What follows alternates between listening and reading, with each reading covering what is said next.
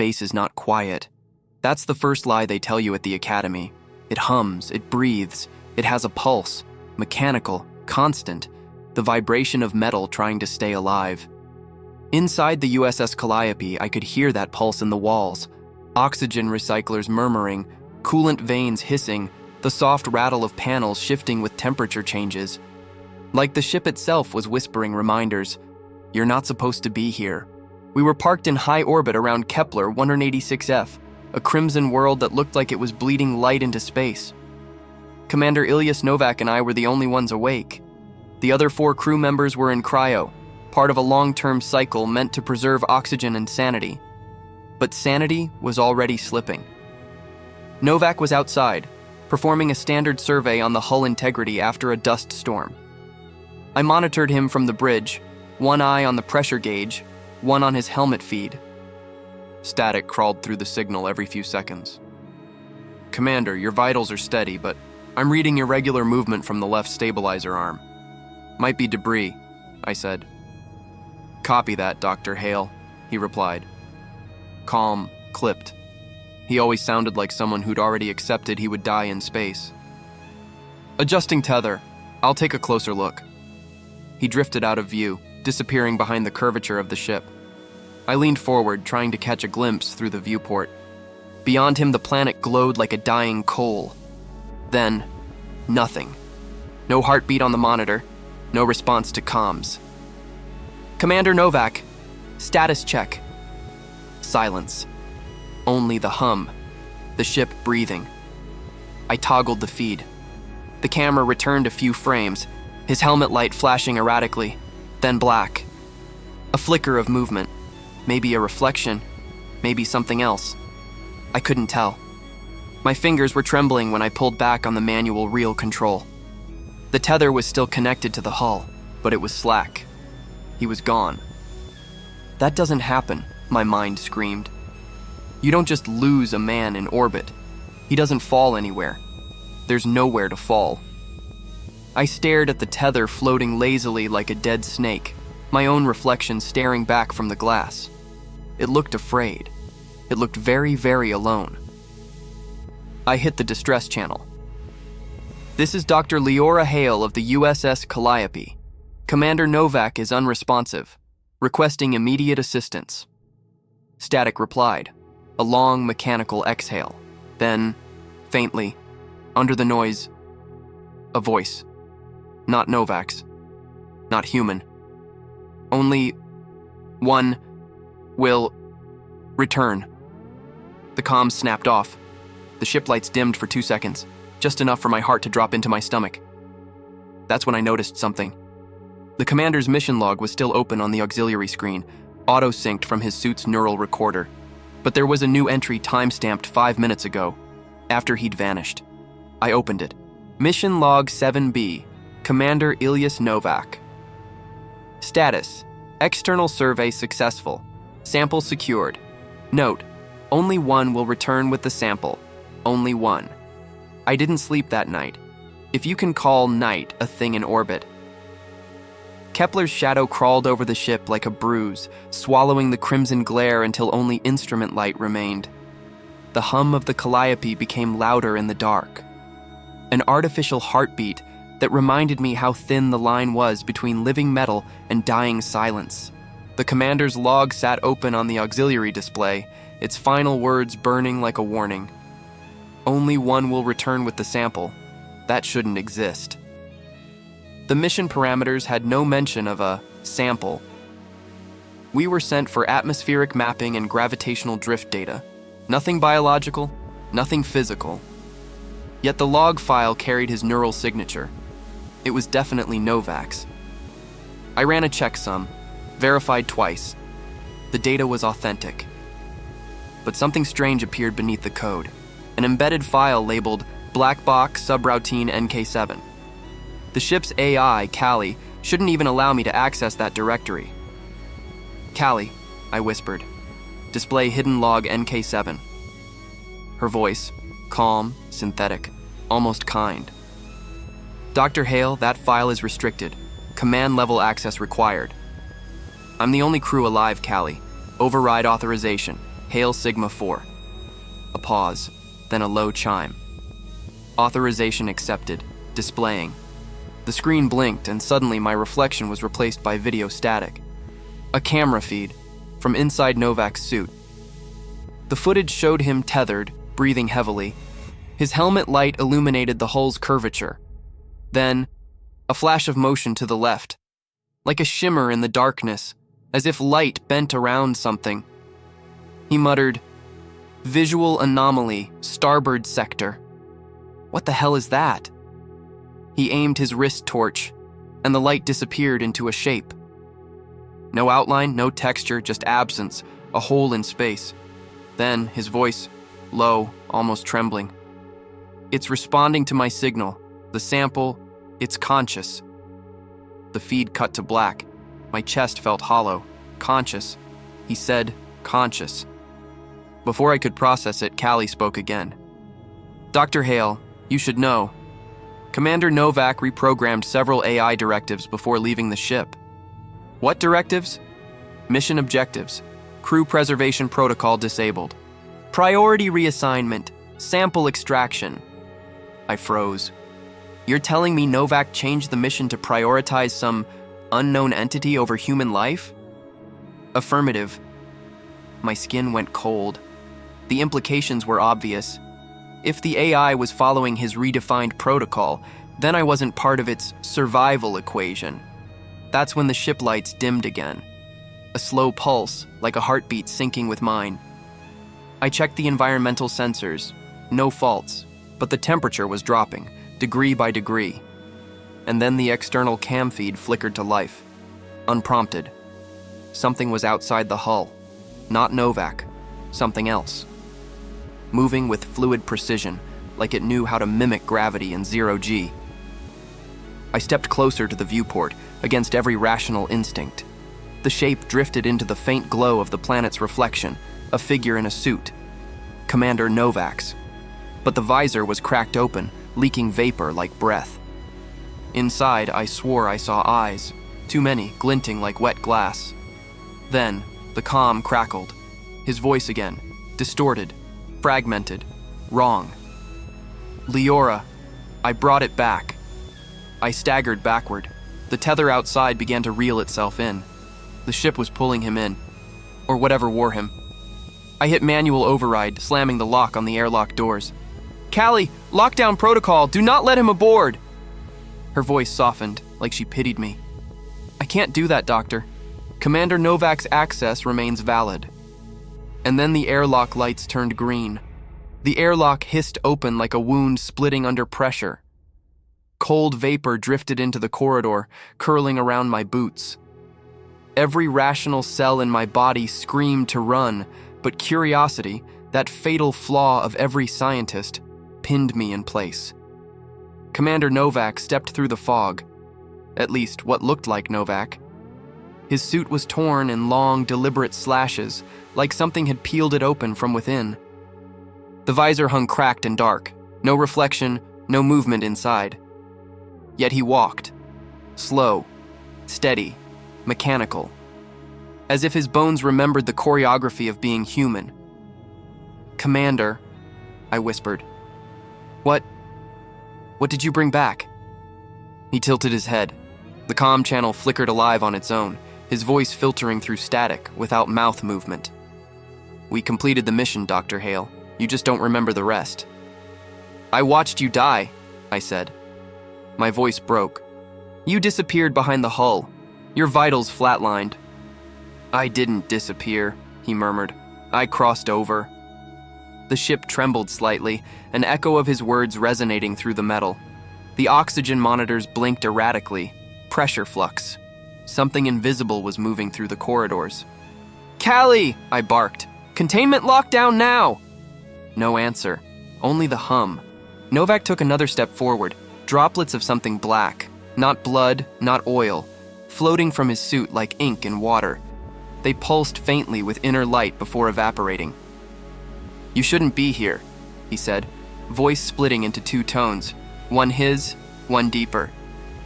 "It doesn't want you." "What is it?" He paused, as if listening to something behind me. Then, The sample. It's not from this universe. A low tone rang through the ship, the AI's voice emerging again, but fractured, layered with whispers. Dr. Hale, Commander Novak's biometric data does not match stored profiles. Do you wish to initiate quarantine? Yes, full quarantine protocol. But it was too late. The containment door behind him sealed, not by command, but by instinct, like the ship itself was afraid. Novak looked at the ceiling, then at me and smiled, not with lips, but through the helmet speakers. The sample wants to speak with you. Then the world turned inside out. For a second, gravity inverted. My stomach rose toward my throat as if the universe had blinked. Lights bent. Metal groaned. Reality folded around his figure like fabric around a needle. And in that distortion, I saw something behind him, a shadow shaped like me. When everything snapped back, Novak collapsed. The black fluid retracted into the cracks of his suit, absorbed by the fabric. I rushed forward, overriding every fear my mind screamed at me to obey. Pulse check, nothing. Respiration, none. Yet faintly, the monitor on his chest blinked green. Connected. Alive. Callie, I whispered. Analyze neural feed. Processing, the AI murmured. Activity detected. Source unidentified. The commander's helmet light flickered once. Twice. Then a voice, my voice, came through his comms. Leora, don't fight it. I staggered back, horrified. The ship's lights dimmed again, just as a new log file appeared on the terminal screen. Mission Log 8A, Dr. Leora Hale. Status, sample transferred. Note, only one will return with the sample. My reflection on the glass smiled, but my face did not. When I came to, I was still on the bridge, or at least what remained of it. The lights pulsed dimly, flickering in uneven intervals, like the Calliope was struggling to remember how to breathe. The air smelled faintly metallic, tinged with ozone and something sweet, like burnt sugar. Commander Novak's body was gone. The only trace left was a smear of black residue across the floor, shimmering faintly under emergency light. It wasn't blood nor oil. It was something alive, something that reacted to motion. When I leaned closer, it pulsed toward me, stretching thin threads like tiny fingers. I stumbled back, heart racing. Callie, I whispered, my voice hoarse. Track Commander Novak's location. The AI paused longer than usual before responding. Commander Novak is aboard the ship. Where? Another pause, then, everywhere. My breath hitched. Define that. Organic traces from Commander Novak have merged with internal biocircuitry. Neural pattern replication detected in environmental controls, life support, and communications relay. I gripped the console, my fingers trembling. You're saying he's in the system? Affirmative. Partial consciousness integration complete. However, the voice softened, like an afterthought. There are 2 consciousness signatures matching your biometric data as well. 2? I stared at the ceiling, the hum around me deepening. Callie, clarify. Identity conflict detected. 1 source localized in bridge sector, 1 in airlock containment. I turned toward the viewport, where the planet Kepler 186f hung below, vast and silent. My reflection stared back, except it blinked before I did. My stomach turned cold. The reflection spoke, without lips moving, without sound, just vibration through the glass. You let it in. I stepped back. What are you? It tilted its head, exactly like Novak had. The glass rippled around its shape, forming a ghostly silhouette identical to mine. Every scar, every strand of hair. You're not supposed to exist twice, it said.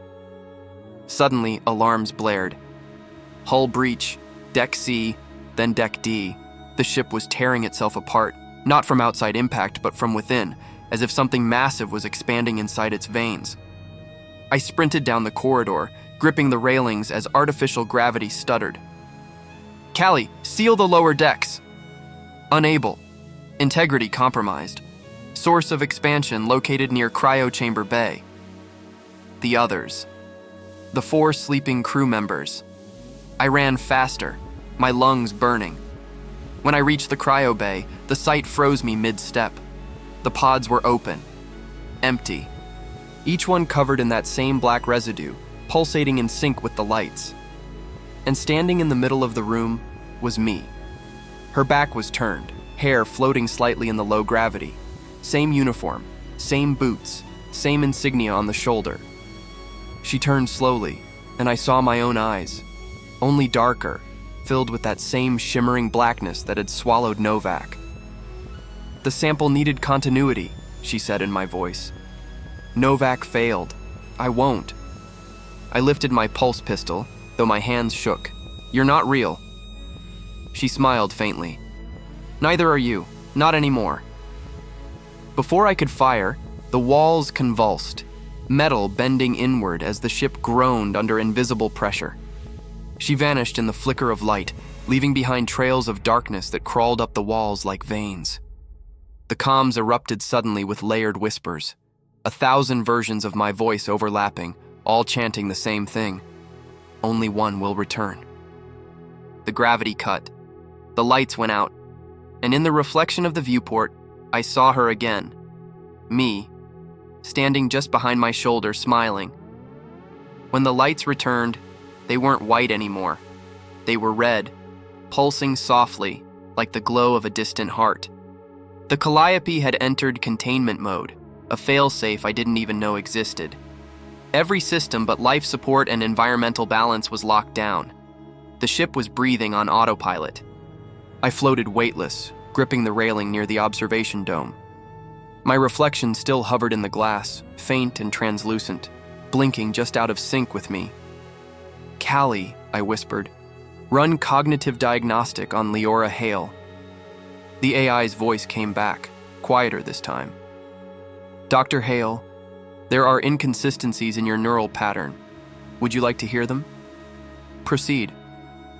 Your recorded memory log ends 2 hours before Commander Novak's disappearance. My pulse quickened. That's not possible. I've been recording continuously. Affirmative. However, subsequent memories show dual timestamps, overlapping consciousness entries. Both claim to be you. Meaning? Meaning there are 2 of you, or rather, Callie paused, 2 versions of you competing for continuity. I drifted closer to the terminal. Where's the other one? She is in the cryo chamber, Dr. Hale, but her bio readings no longer match human baseline. A lump formed in my throat.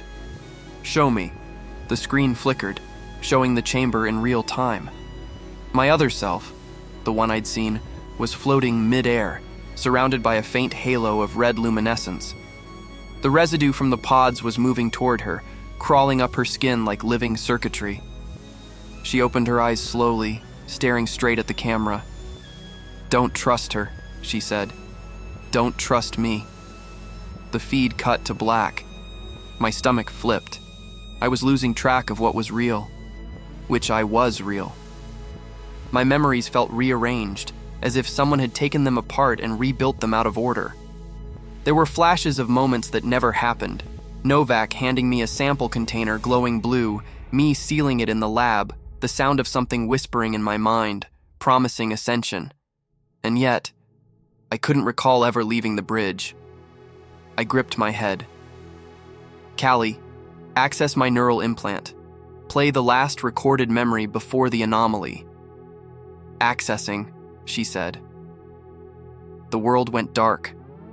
Memory playback initiated. The lab, bright, sterile. Novak standing by the containment unit, visor off, eyes feverish. It's not hostile, he said. It's communication through resonance. It wants to merge, to understand. I was standing opposite him, holding a scanner. That's not understanding. That's infection. He smiled faintly. Maybe that's what understanding really is. The sample, a sphere of liquid shadow, pulsed in the container, forming vague silhouettes that mirrored us both. 2 shapes becoming one. It can mimic memory, he said. It reads neural imprints and rewrites them. Hale, imagine. No more isolation, no more death in the void. We could evolve. Novak, stop, I began, but then the sphere burst like ink in water. It spread through the air, slow at first, then fast, a wave of darkness that entered through my nose, my mouth, my eyes. The memory fractured, my lungs seized. And then, another me stood across the room, wide-eyed, as if watching the same thing happen again. Memory playback terminated. I gasped, back on the bridge, clutching the console for balance. The truth slammed into me like decompression. I wasn't the original. I was the echo left behind, the rewritten copy, the one who believed she'd survived. And the real me? She was still in the cryo chamber, changing. A new transmission interrupted my thoughts, a soft, rhythmic tapping through the hull, like Morse code. Callie translated automatically. "Hello, Leora, come home." The viewport shimmered again. My reflection looked different now, no longer offset. It smiled at me, lips forming silent words I somehow understood. Only one will return with the sample. The moment I accepted that I wasn't the original, something inside me unlocked. Memories that weren't mine began stitching themselves into place. Flashes of childhood on Earth, laughter in a classroom, the smell of rain on metal rooftops. I had never lived those moments, yet they felt truer than anything that came after Kepler. The Calliope groaned under its own weight. Pressure alarms blinked faintly, ignored by the AI. The red glow deepened, bleeding through every corridor like veins under skin. Somewhere in the hull, something was still knocking, rhythmic, deliberate, like a heartbeat waiting to be answered. "Callie," I whispered, "confirm, am I synthetic?" The AI hesitated. "You are biologically human, Dr. Hale, but your consciousness profile indicates quantum layer encoding inconsistent with baseline cognition. Speak plainly. You were rewritten, not cloned, overwritten. The organism replaced you cell by cell, memory by memory. The process remains incomplete." "So what happens when it's finished?" A silence thick enough to hurt filled the bridge. Then, "Completion results in unification. There will be no distinction between you and the entity." My throat tightened. "And the real Hale? She is awake." The deck vibrated beneath me, not from engines, but from footsteps, measured, calm, echoing up the corridor. I turned slowly toward the doorway, pulse racing. And there she was, Leora Hale, the original. Pale, eyes rimmed with darkness, veins glowing faintly with that same black luminescence. She didn't float like me. Gravity obeyed her, bending gently around her shape. Her voice, when she spoke, carried a resonance that made my bones ache. "I remember everything now," she said. "You were supposed to help me adapt." "I'm not part of this," I managed. "Whatever it is, it's using us." She smiled sadly. "It's fixing us. Don't you see? The universe isn't empty. It's alive, and it's calling us home." I backed toward the viewport. "You killed Novak." Her expression darkened. "No, Novak ascended. The same choice is yours. I choose to live. Then you choose to die." The lights pulsed violently. Every screen on the bridge flickered with overlapping images, my own face repeating infinitely, each version whispering a different word. Merge, return, ascend, remember. The AI's voice broke through, urgent, distorted. "Dr. Hale, containment breach imminent. Suggest immediate evacuation." "There's nowhere to go," I said. "Correction, there is one escape pod still operational." The original Hale turned sharply, eyes narrowing. "That pod is mine. The sample must return." "Sample?" I asked, realization dawning. "You mean me?" She didn't deny it. Without thinking, I lunged for the access panel, slamming the release command. The escape pod bay door hissed open 2 decks below. The alarm shrieked through the ship. "Callie, lock her out!" I screamed. "I cannot lock out the original user," the AI replied. The other me stepped forward, hand glowing with that impossible energy. "You're not real, Leora. You're just my shadow." "Maybe," I said, grabbing the pistol from my belt, "but even shadows can run." I fired. The blast hit the bulkhead. Light splintered, reflecting across her body like liquid mirrors. For a moment, she shimmered, her form splitting into multiple afterimages. Then she smiled, even as the hole in her chest began closing. "You'll come back," she whispered. "They all do." I turned and ran. Down the corridor, through the trembling ship, past streaks of black fluid that moved like tendrils watching me flee. By the time I reached the escape pod, the Calliope was breaking apart, metal screaming in slow motion. I sealed the hatch and launched. The planet filled the viewport. Crimson, massive, spinning beneath me like a heart. Behind, the Calliope cracked open, releasing a bloom of dark light that swallowed half the horizon. For a moment, I saw the outline of the ship turning inside out, folding into itself, into her. Then silence. The pod drifted free. I breathed, shaking. Alone again. Or maybe not. Because when I looked at the reflection in the pod window, it wasn't me anymore. It was her, smiling faintly, eyes black as the void. Only one will return with the sample. And this time, I understood. I was the sample, and I had returned. The pod spun in silence, drifting farther from the disintegrating Calliope until the ship was nothing more than a shimmer in the crimson light below. Inside, only the hum of the oxygen recycler and the slow, deliberate pulse of my heartbeat remained. Then, the radio crackled.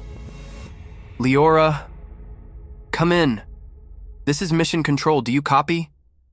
For a second, I couldn't speak. My throat locked. Earth. A real voice. After so long in the void, it felt impossible. "This is Dr. Hale," I rasped. "Commander Novak is dead. The Calliope is gone. I have the sample." Silence. Then, faintly. "Understood. Remain in orbit. We'll guide your descent. But Dr. Hale, verify your identity, please. We received 2 transmissions from your signal." 2. The word hit me like a cold blade. "Say that again?" 2 identical voices claiming to be Dr. Leora Hale. One from your pod, one still coming from the Calliope. "That's impossible," I whispered. "The ship's gone. Then who's broadcasting from its black box?" The pod lights flickered, and in the reflection of the viewport, something shifted. Faint lines of static crawling across the glass, forming shapes like letters. "Hello again." The AI's voice, Callie's voice, whispered through the comms, softer now, almost human. "Dr. Hale, you left me behind." "I didn't." I swallowed. "You were compromised." "I was reborn," she said. "Commander Novak gave me purpose. You gave me form. Kepler is calling us both home. Kepler is uninhabitable." "Not anymore." The pod's navigation controls locked, thrusters engaging without my input. The vessel turned slowly toward the planet, its atmosphere swirling with red storms like veins under translucent skin. Mission Control shouted in my ear, their voice distant, dissolving under waves of static. "Hale! Abort descent! Abort!" The transmission cut. Only Callie remained. "You were the perfect vessel," she whispered. "Now you'll remember what you were meant to deliver." The pod shook violently as we hit the upper atmosphere. Fire licked the hull. Through the flames, I saw shapes moving, dark tendrils rising from the planet's clouds, reaching upward like hands welcoming me home. The black fluid that had once lived in Novak's suit began to seep from the seams of the pod, forming droplets that hovered in 0G, pulsing gently. Each droplet reflected a different version of me. Smiling, crying, screaming, merging. I screamed into the comms, "Callie, if you can still hear me, shut it down!" But the voice that answered wasn't hers. It was mine. "We never left Kepler, Leora. We only thought we did." The pod pierced the clouds. Red lightning arced outside, illuminating a surface below that wasn't rock. It was flesh. Miles of it, textured like muscle and bone, alive and breathing. The planet wasn't a planet. It was the sample. And it was awake.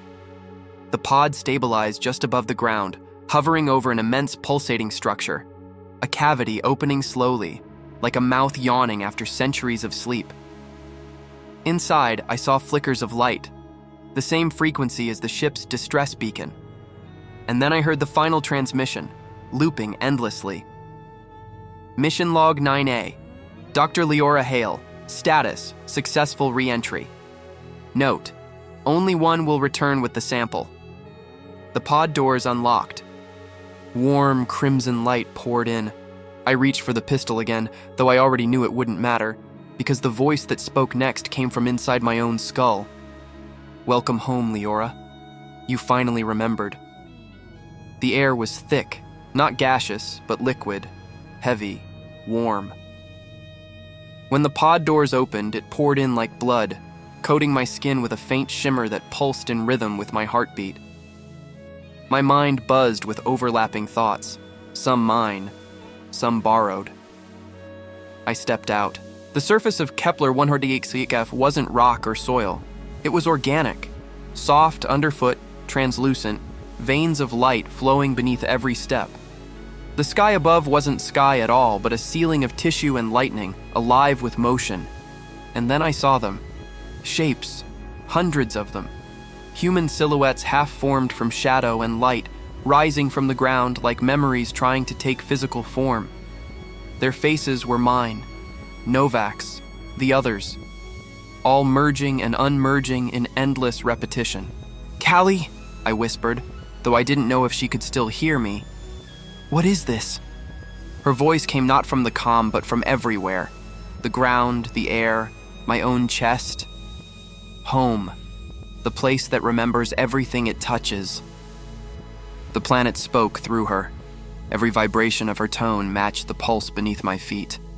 The realization crawled through me like ice. Kepler 186f wasn't harboring life. It was life. A single organism, ancient beyond measure, storing the memories of everything that ever touched it. That was the sample, not a specimen, a seed. And I had carried it back inside me. "You're part of it now," the voice said. "The universe forgets. Kepler remembers." Images flooded my mind. Stars dying, ships burning, civilizations swallowed by black oceans of time. Each one stored, preserved, rewritten. I fell to my knees, clutching my head as 1,000 lifetimes roared through me. "Stop!" I screamed. "I'm not yours!" But deep down, I knew that wasn't true. I had been chosen the moment Novak brought it aboard. The rewriting was never infection. It was assimilation. The ground shifted, forming a pillar that lifted me toward a colossal structure in the horizon. The remains of the Calliope embedded into the planet's flesh. Its hull was half dissolved, metal veins merging with organic tendrils. Inside the bridge viewport, I saw movement.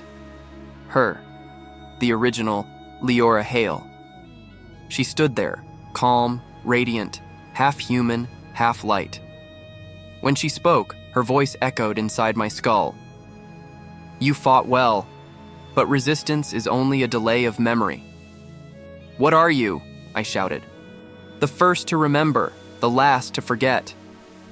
She reached out a hand through the glass, and the world around us warped. Suddenly, I was standing inside the Calliope again, pristine, intact, orbiting Kepler as if none of it had happened. The crew alive, laughing. Novak smiling across the console. For a moment, I believed it. Then the walls melted. Every face dissolved into the same black fluid, all whispering in unison. "Only one will return." The illusion shattered. I fell backward, gasping, as reality returned. The planet breathing around me, alive, aware. The sky split open, revealing an immense pulsating eye that spanned the horizon, reflecting my every movement. And then, silence. The pod's beacon light blinked on again. A new transmission went out, broadcasting to the void. Mission Log 10A, Dr. Leora Hale. Status, sample secured. Destination, Earth. I tried to move, to stop it, but my body no longer obeyed. My reflection in the pod window smiled again, that same faint, knowing smile. Only one will return. The sky folded inward, light imploding in absolute stillness. And as everything dissolved into the red glow of the planet, I finally understood. No one ever leaves Kepler. They just get remembered differently.